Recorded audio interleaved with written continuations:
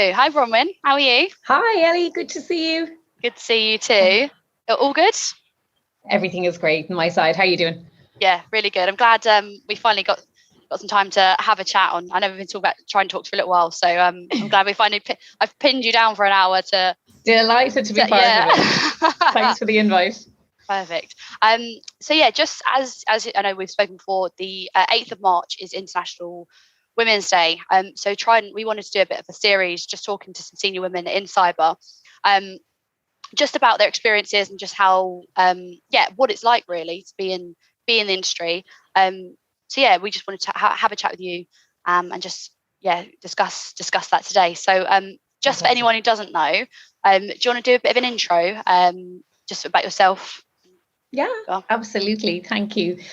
So my name is Bronwyn Boyle. I'm currently the Chief Information Security Officer at a company called Mambu. And for your audience who haven't heard of us, we're a very fast growing digital banking platform that's using cloud native services and APIs to transform finance really and diversify access to financial systems across the globe.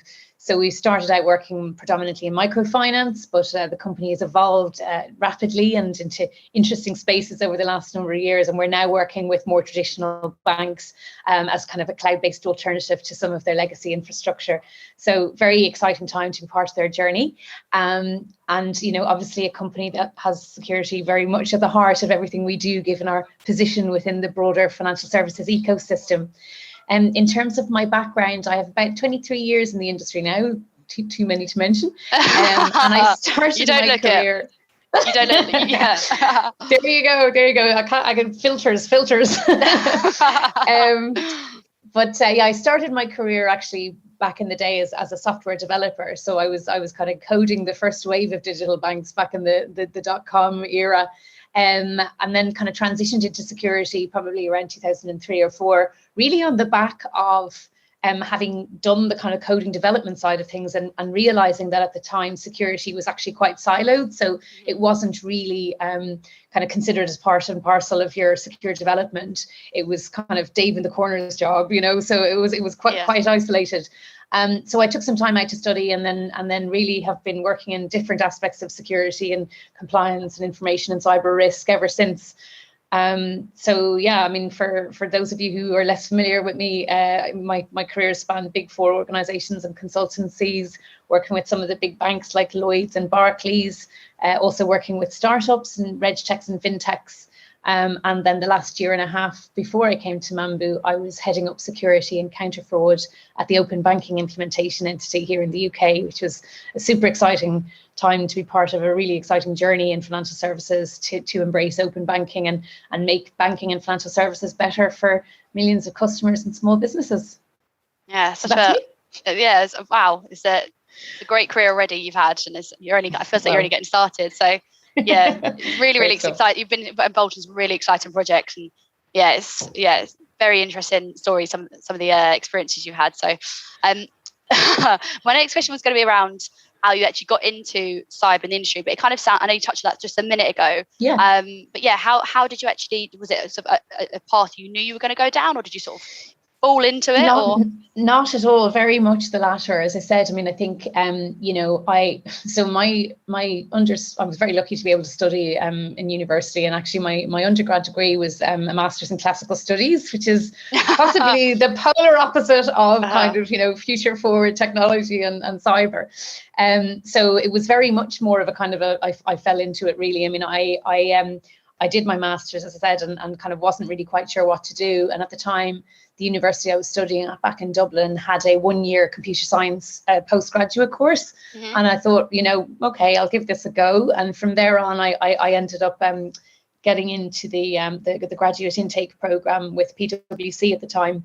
And it was fantastic because they gave a really robust kind of end-to-end training program for 3 months over in America, which was, you know, great fun as well as a great learning opportunity. And we covered the whole software development life cycle from, you know, your very initial kind of, you know, problem statement and scoping that out to business analysis and requirements gathering to selection of your kind of a solution in terms of infrastructure and also kind of coding languages to actually developing it, implementing it, testing it and running it. So the full gamut really.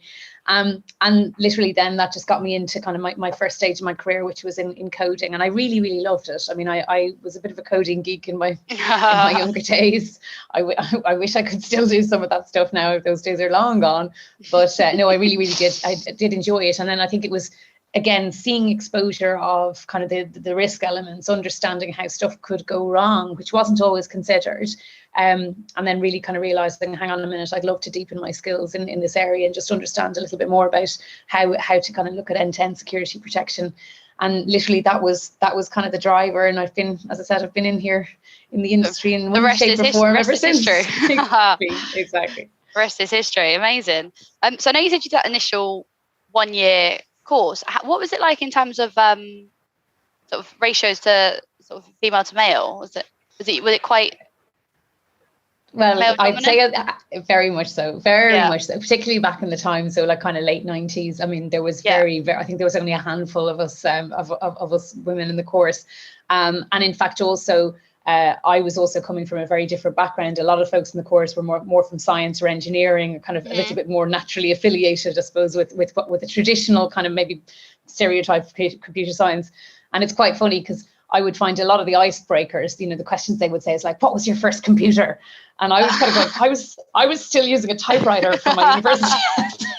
So I was very much a late adopter, and also, you know, again, probably, you know, with that gender imbalance. I mean, you know, I think that was very prevalent kind of throughout my career. It's really, really wonderful to see that kind of changing, and that, you know, conscious steps being taken to try and really, really promote a better gender diversity balance and other types of diversity, especially as well. So, you know, it's been wonderful seeing that progress made during my career. I think it's a very different landscape now for any girls or women looking to get into the industry. Yeah, absolutely. I completely agree. Even my few years working, you know, obviously on the recruitment side, I've even seen a huge difference in the last few years of people coming in. So, and it's even like more awareness and just talking about it more. So, yeah, there's a hell of a big change, I think. But how do you? And I was going to say as well, I think it's actually really great to hear that you didn't have the kind of traditional route into cyber, and there are other options. So for anyone looking to get into the industry kind of at any stage, really, that's actually really, really great to hear, and almost slightly inspiring to know that it's not just a sort of one avenue in. There's so many options for you to get in. Absolutely. And it's something that I really am kind of keen to emphasize, particularly when I'm talking to, you know, folks who may not see themselves as particularly technical, or, you know, they may be a bit, you know, that they wouldn't be the types kind of naturally kind of, you know, computer geek kind of stereotypes, as I say. You know, the whole landscape of cyber is so broad. There are so many elements of it. And, you know, at the end of the day, it's as much a people and process problem as it ever is a technology problem. There's nearly always somebody at the other end of a computer screen somewhere.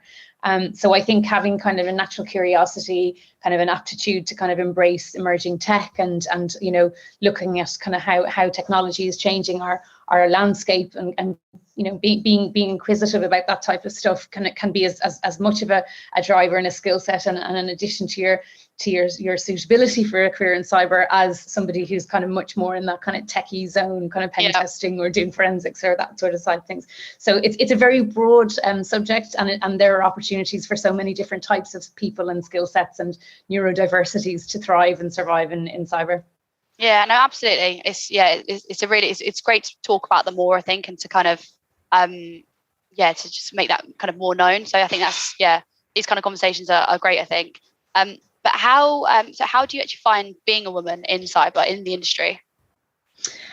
So I think, again, it's quite different now, which is interesting. What I would say is I've been very lucky to have amazing role models, I think, and kind of sponsors, both male and female, in my career, who really, really helped me. And I think, you know, that's a very fortunate position to be in. You know, there aren't that many kind of, certainly when I was going through the ranks, there weren't that many kind of female leaders, but I've ended up kind of working with the small few who are probably leading the charge. People like Sharon Barber at Lloyd's, who's just a very inspirational mentor and a great support. People like Amanda Creek, she's now at she's moved from Goldman Sachs to Morgan Stanley. People like that are trailblazers, and we're amazing support and advocates, and kind of just sounding boards really for me. Yeah. And I've really tried to pay it forward. I'm super aware that for up and coming talent, it's really important for them to have a network, for them to have a safe space to talk to people, for them to have somebody they can reach out to, and also just show that there is representation, that organizations are actively seeking to kind of make sure that there's a better gender balance, so that they feel included and they feel it is an option for them at kind of senior leadership roles. It's one of those interesting spaces. I think you talk about more generally around female representation on boards and kind of excos, and there was I'm sure you've seen, there was a picture that did the rounds in LinkedIn over the last few weeks about a German council of CEOs, and literally it is I know you're talking about 30 white guys. Exactly. So I think we have a lot to do still on the diversity agenda, from all angles, sexuality, ethnicity, gender, neurodiversity. We really need to do more as an industry to kind of really push that. But it's great to be able to be in a position of influence now, and hopefully kind of pay it forward and make sure that, as I said, fresh talent is getting the kind of support that I was very lucky to get during my career. Absolutely. You are the new trailblazer for younger and sort of newer generations coming in. So you really are. I don't know about that, but if I can help at all, where I am, get me on LinkedIn. Have you encountered any challenges throughout your career, not just as a woman, but just generally kind of coming through? I know sort of imposter syndrome is a big topic of a conversation, but kind of any challenges at all? Yeah, I mean, I think everybody does, and it's interesting. I mean, I think if you think about probably two elements, I would think that maybe a little bit more affiliated with the gender. One is absolutely imposter syndrome, and I mean, I know men have this as well, and I think it shouldn't be just kind of held up as a female thing, but that feeling of just kind of going, I'm going to get found out any minute now, or don't know everything and I don't have all the answers. And I think it's been really interesting for me, as well as maybe somebody who's kind of more focused on the risk side and maybe has been less embedded in the technology side. Technology has come through such a huge shift and a huge kind of transformation in the last few years. Our digital lives now are completely different. If you thought back kind of 10 years ago to how much of our lives we carry out online, how much service delivery has changed, how our relationships with banks and financial service providers have changed. It's just completely different. And cloud and kind of that type of API driven, just diffusion of services has fundamentally changed security as well. So I think for a lot of us that grew up in the more traditional kind of on-premise old school security environment, there's been a huge learning curve to kind of see, what are the good bits from that type of security practice that still makes sense in a cloud environment, versus what do we need to completely rethink? And then what does that mean in terms of product selection? And what does that mean in terms of behavior and all of those big picture items? And I think, sometimes when you're, maybe the only woman around a table and everybody's kind of quite trenchant and strident, it can be sometimes difficult to get your voice heard when you're kind of, is this a silly question? So I think, I've had to kind of work on that myself and kind of, just really try and, focus on the task at hand and kind of put that little voice to bed in your head, because it doesn't really serve you. I think it's much better to try and just kind of silence that. And I think, again, I mean, probably looking at kind of a bit more of a community approach to kind of have those conversations, and kind of feel that you can reach out to people and have discussions that are, in a safe space, and nobody's going to kind of have a go at you if you get the wrong answer. And, that we're all on a learning journey, right? Because these are new paradigms, I think, that are intersecting into our lives in so many different ways. So we're all on a journey with it. Yeah, absolutely. And I think it's like you said, it's that the industry's changing so quickly as well. It's impossible to keep up to date with absolutely every aspect of the entire industry. So yeah, there are questions that will feel silly, and but they shouldn't feel. But I know what you mean. There's a lot. It's constant learning, and it's a constant learning curve. So and I think it's good that you said just put that little voice in your head to bed. I think. What do you think about the term "fake it till you make it"? What do you think about that? Oh, I think Elizabeth Holmes has ruined that for everybody. Yeah. I mean, I definitely think that, you know, we can be our own harshest critics, right? I mean, I know I've certainly tended to do this, and, you know, it comes across as well in jobs. I mean, I know I've been very lucky that I've been given opportunities by people who kind of saw my talent and kind of went, I reckon you can do this. And I was like looking at job specs going, really? I wouldn't possibly think I could do that. And again, that's quite a common kind of trope that they say, you know, women will tend to want to tick all of the boxes on a job spec, whereas, you know, oftentimes, you know, some of our male colleagues would be happier kind of winging it with a smaller percentage. And that's I know I've done that. And again, I said, I've been very lucky that I have had people push me outside my comfort zone. That's definitely something I would pass on as advice, which is, you know, literally don't wait till you feel you're ready. You know, jump and kind of embrace things, particularly if you're kind of being given that encouragement, because people are often a better judge of your capabilities than you might be. You might be a lot harsher on yourself than others. Yeah, that's very true. Actually, I think it's like you said, if you know you can do sort of 80% of it, or, you know, 70% of it, you can learn the rest on the job and as you do it. And that's how you learn, isn't it? By doing and by trying things. So exactly. Yeah, that's really and I mean, you're in a great position for this as well. I mean, you Trident and you specifically also get to see kind of that match, shall we say, of skill sets. And you know, there'll be the Venn diagram of, you know, I know I can do this, I might be able to do this, can't do this bit.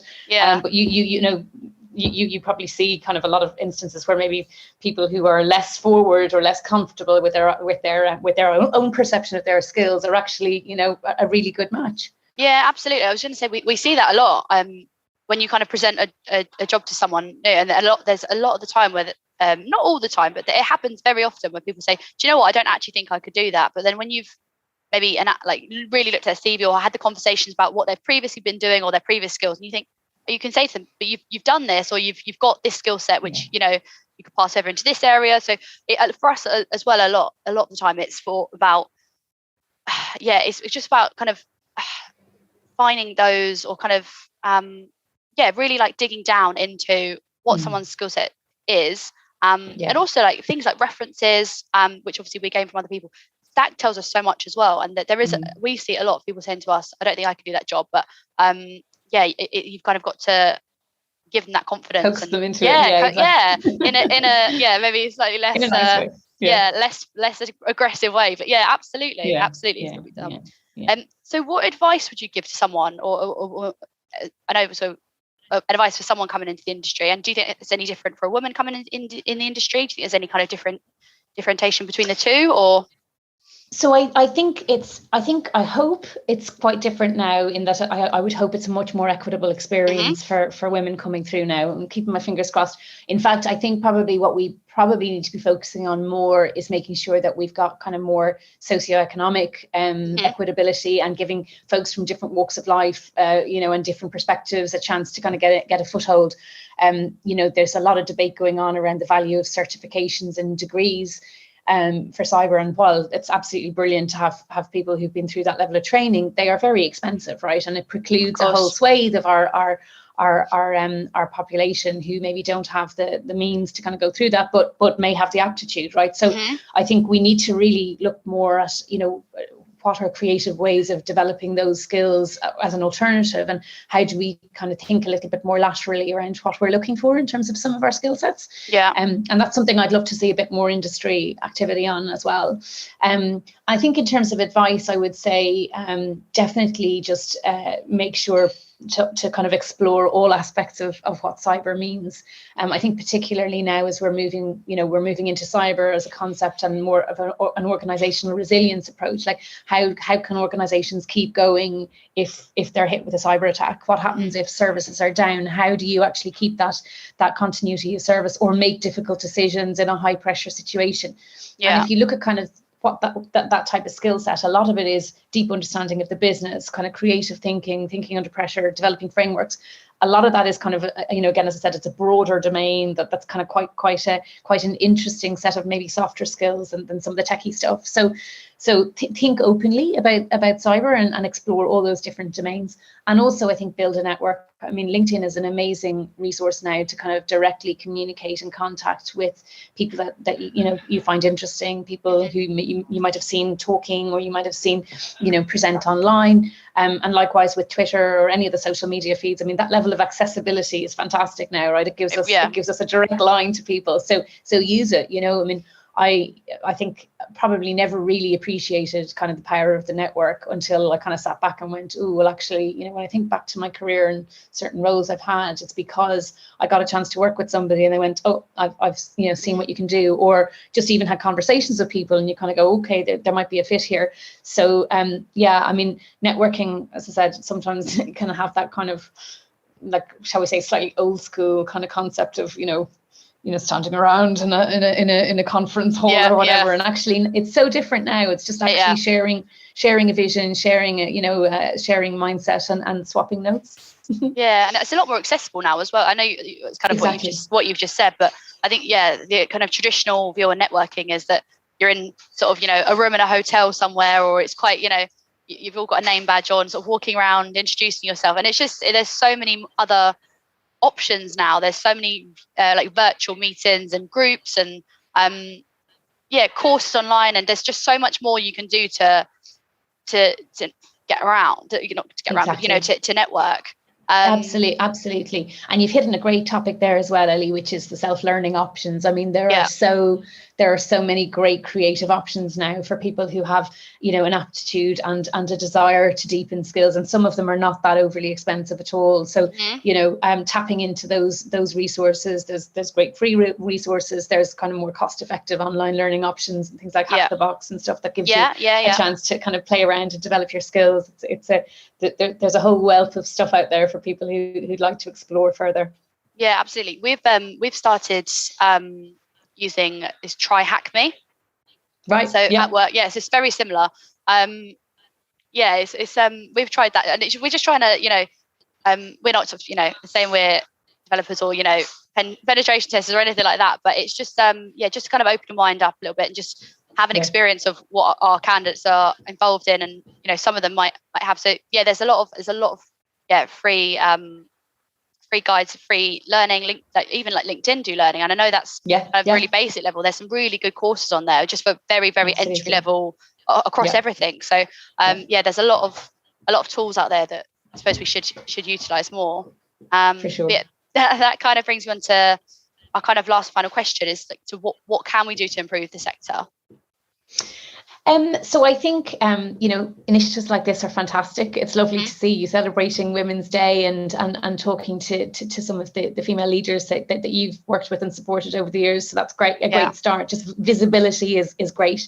I think also, again, avenues for kind of more kind of community focused initiatives. So building that sense of community, having a safe route to kind of ask questions from other female CISOs, particularly with a view to maybe developing the next level up, so that the kind of the talent pipeline for the CISOs of the future.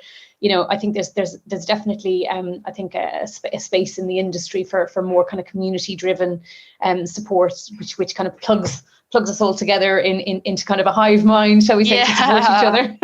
Absolutely. Yeah, absolutely. I think that's a great idea. And then obviously, we've touched on this in regards to creating that community, sort of senior leadership. As you mentioned it throughout this discussion, actually, just around a safe space for questions and not just for women, but just a safe space for a community for people learning and developing. Learning and developing. But no, that's something I know we're discussing is in process as we speak. So that'll be interesting when we can sort of get that fully up and running. But no, I completely agree. It's kind of the small things. Do you think there's anything more in terms of like government programs or sort of anything more universities could do, or kind of starting kind of I think there is, for sure, and actually I think there's a couple of elements here as well. I mean, I think the addressing the kind of the female leadership drain for women who take time out for caring purposes or to have kids or whatever. I think that's a huge thing that we need to focus on as well, because you tend to see that's kind of where you lose a lot of female leadership at that point in their careers. And actually having re-entry points, particularly in tech where it's so fast moving, having kind of more kind of proactive programs to help women re-enter and kind of upskill on you know, what did they miss while they were otherwise occupied with their hands full, you know, and really encourage them back in, I think is really important. Also, you know, COVID, we've seen this, you know, with the pandemic, you know, the bulk of a lot of the caring responsibilities in many households often just sat with the mums and the female partners and female carers. So I think, again, policies that give equal credence to the chaps taking time out and looking after caring duties to support kind of a more balanced home life as well is super important as well. And then, as you rightly say, kind of learning programs that, you know, can act as accelerants for folks maybe who don't have access to the expensive certs and qualifications, I think is a great option as well. Yeah, absolutely. I think it's just there's so many things we can do, and like you said, it seems to be the kind of the small things around just more open discussions, sort of speaking to, you know, just kind of visibility on the topic, on different topics, and just trying to just raise awareness and like you said, exactly. There's more. And it's really interesting, Ellie. We have at Mambu, you know, we have a Slack channel, Women at Mambu, and it's just, you know, you can use the channel for whatever you want, just to kind of just check in on women or to promote kind of, you know, empowerment articles or any interesting books people have read. And we're more actively, we've got a really passionate head of diversity and inclusion, and we're strengthening that capability across the organisation, because we're very committed to a more diverse workforce. And it's just really nice to have that option, just to reach a community of women across the group. And even just having that small step does make things a little bit easier. And, you know, particularly with the troubling times we're in now, it's a nice way to keep an eye on everybody and make sure they're okay. Yeah, absolutely. Like you said, it's a good way to communicate with everyone. And I think it'd be great once we once we've got kind of a community set up properly. Hopefully that can be that space or another avenue for different people. It'd be really exciting. I think a lot of exciting things coming up. So it's good to see. Really, really good to see. Awesome. But look, thank you so much. I know how busy you are, and I know no problem. I know how crazy things have been for you at the moment. So thank you for giving me sort of half an hour or so of your time. It's been really great to discuss. I think we've covered some really interesting topics.